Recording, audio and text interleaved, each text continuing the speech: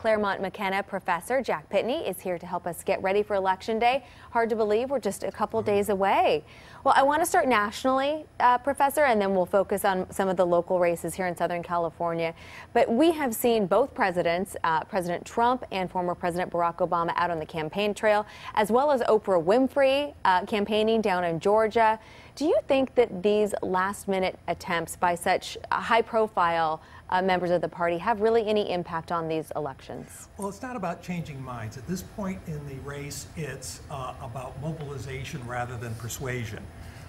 Celebrities show up, they might mobilize just a tiny fraction of the vote. But as we learned 2 years ago, a tiny fraction of the vote in key areas can make all the difference. Okay. And President Trump has doubled down with his tough talk on immigration. How do you think that's going to play in areas where there's a heavy Latino population?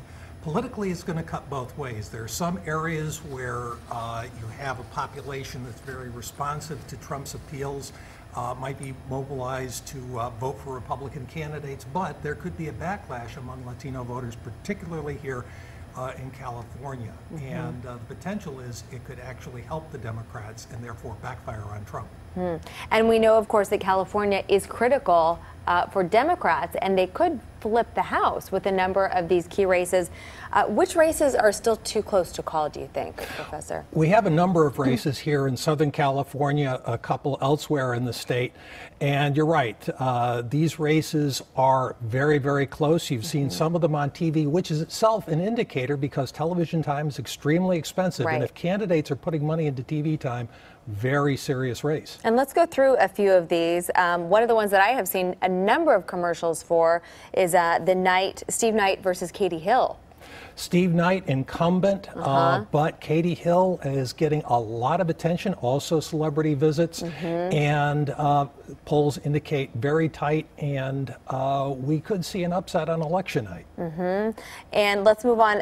Gil Cisneros and Young Kim, of course, this is a seat being vacated by Ed Royce. Yeah, this is Orange County, which traditionally was a Republican county, now trending more Democratic. Gil Cisneros, a lottery winner, able to put some of his own money into this, but Young Kim, track record in elected office, very attractive candidate, very competitive race. All right, and moving on, Mimi Walters and incumbent Katie Porter. I've seen a number of ads too, them linking Mimi with President Trump. Yeah, and here the tax issue is important. Mimi Walters is accusing Katie Porter of wanting to raise taxes. Katie Porter attacking her for supporting the tax bill, which arguably raised taxes on some Californians. And these are two Democrats. Oh, no, I'm sorry. Mimi Walters is a Republican. Right. Okay. Let's move on. Harley Ruda versus Dana Rohrabacher. And my understanding is that, Rohrabacher has been in office for a number of years and that this area of Orange County has never voted for a Democrat. That's right. This county, which went 2/3 for George H.W. Bush in 1988, went for Hillary Clinton in 2016. This area in particular was one of the districts that went for Clinton.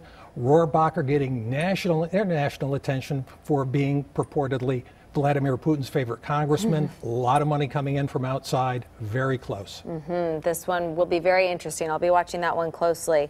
And moving on to Duncan Hunter versus the incumbent Amar Kampa Nahar, pronouncing his last name correctly. And of course, we know that Duncan Hunter is still being investigated.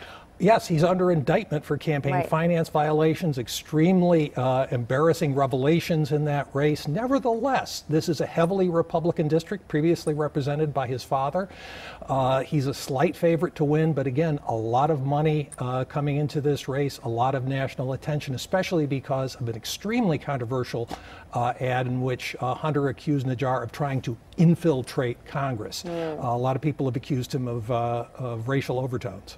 Right. And, I have to ask, in a race like this, is it that Republicans just don't believe that these claims are true? That's right. Trump has convinced a lot of Republicans that the fake news media are out to get Republicans and that there's a cadre in the Justice Department that's actually more sympathetic to Democrats, and a lot of voters in the district are sympathetic to that argument. All right. Well, we're just days away, so we'll have you back after Election Day, Professor. Thank you for your insight as always. Thank you. We appreciate it. And we want to get, first, for more information on the upcoming election and the races you'll see on the ballot, just go to kcal9.com and check out our extensive voters guide. You'll find it on the right-hand side of our website.